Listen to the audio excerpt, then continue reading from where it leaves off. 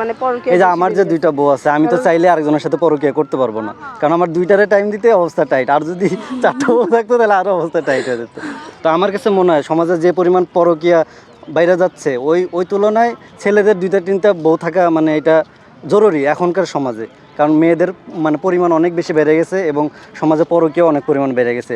যদি প্রত্যেকটা মেয়ে তাদের স্বামীর ভাগ আরেকটা মেয়েরে দিত, তাইলে হয়তো অন্য মেয়েগুলো যে পরকীয়াতে লিপ্ত হইতো না বা কোনো খারাপ জায়গায় যেত না, তাদের জীবনটা সুন্দর হয়ে যেত। আসলে বিয়ের দ্বারা সমাজ সুন্দর হয়, আর পরকীয়ার দ্বারা সমাজটা ধ্বংস হয়ে যায়। এই জন্য আমি মনে করি ওই পরকীয়া করার চাইতে 8-10টা পরকীয়া করার চাইতে 2-3টা মেয়ের দায়িত্ব নেওয়া অনেক ভালো। এটা আমাদের সমাজের জন্য ভালো। আচ্ছা, আরেকটু বিষয় আছে ভাইয়া, অনেক ছেলেই আপনার এই ভিডিওটা দেখে কমেন্ট করবে, অনেকেই বলবে সুপার ভাই চালিয়ে যান, কিন্তু যারাই আপনাদেরকে এই যে হাসি মুখ বা আপনাদেরকে খুশি দেখে বলবে না আমিও দুটো বিয়ে করতে চাই, তাদেরকে আপনি কি বলবেন?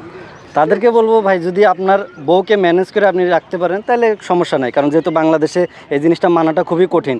বউ যদি না মানে, যদি কেউ গোপনে করে, তাহলে কিন্তু তার বিপদ আসতে বেশি দেরি লাগবে না, কারণ এখনকার যে সমাজ ব্যবস্থা, কেস মামলা অনেক কিছু হয়ে যেতে পারে। এই জায়গা থেকে নিজের সেফটিটা আগে দরকার। আগে তার বউকে বোঝাক, মানাক। যদি তার বউ মানে, সে করতে সমস্যা নাই। যদি না মানে, তাহলে আমি মনে করি যে না করাই ভালো। কারণ এটার মাধ্যমে অনেক ঝামেলায় জড়াইতে পারে। কারণ আমি তো নিজেও ঝামেলায় পড়ছি। আজকে আমরা যত সুন্দর মিউজিয়াম দিয়ে থাকতেছি, আমাদের সম্পর্কটা কিন্তু এরকম ছিল না। আমাদেরও অনেক ঝামেলা পোয়াইতে হয়েছে। ওর ফ্যামিলি থেকে চাপ আসছে, ওর ফ্যামিলি থেকে আসছে, আমার নিজের একটা ফ্যামিলি থেকে চাপ আসছে। সব চাপ কাটায় উঠে আজকে আমরা এখানে হ্যাপি ফ্যামিলি হিসেবে দাঁড়ায় আছি। কিন্তু আমাদের অনেক সমস্যা। তাহলে আরেকটা বিষয় এখানে যেটা মানুষ জানতে চাইবে, আপনি তো প্রথম বিয়ে করছেন, আপনার সমস্যা নাই, স্ত্রী ডাইনি পিছনে কেউ ছিল না, যখন আপনার পরিবার ওনাকে আপনি বিয়ে করলেন আপু গাজীপুর থেকে, তখন ওনার উপর কি ধরনের প্রেশারগুলো আসছিল? আমার ফ্যামিলি একটু ঝামেলা, যদি ঝামেলা না হয়তো শুরুতেই তো ওর সাথে আমার বিয়েটা হইতো। ফোন দিয়ে থ্রেট দিছে, তারপরে অনেকে বকাঝকা করছে।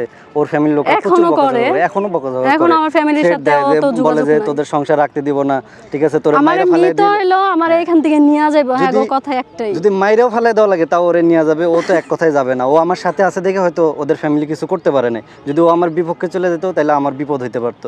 ও আমার মানে কাছে একদম আঠার মতো লেগে আছে যে আমি মরিবাসি এখানে থাকবো। যে জন্য তাদের ফ্যামিলি হয়তো চিন্তা করতেছে যে ঝামেলা করতে গেলে যদি আমাদেরই মান সম্মান চলে যায়।